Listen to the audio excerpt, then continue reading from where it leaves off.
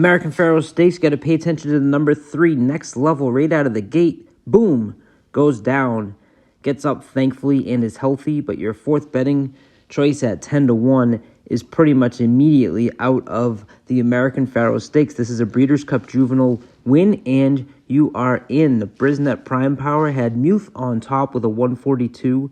BU, Raging Torrent, and Wind Me Up were all also in striking distance. Speaking of BU, this was a Todd Pletcher trained horse sired by Curlin, who's moving from the East Coast out to the West Coast. Look at the horses BU had been running with.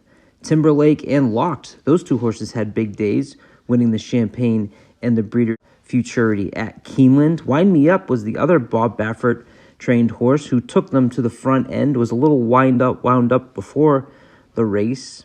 Had a 6-furlong win at Del Mar. I thought maybe he looked a little bit turfy from the dam side, but went right to the front and settled nicely. Muth was your heavy favorite. This is another Bob Baffert trained horse, purchased for $2 million, had put up speed figures both in the 90s. You saw that last race behind his stablemate Prince of Monaco.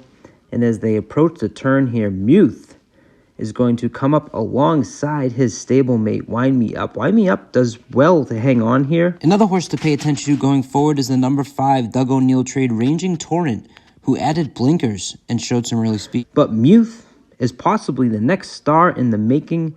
Look at this stretch run. A 16th to go. His name is Muth, and he's coming to the Breeders' Cup Juvenile in fine style.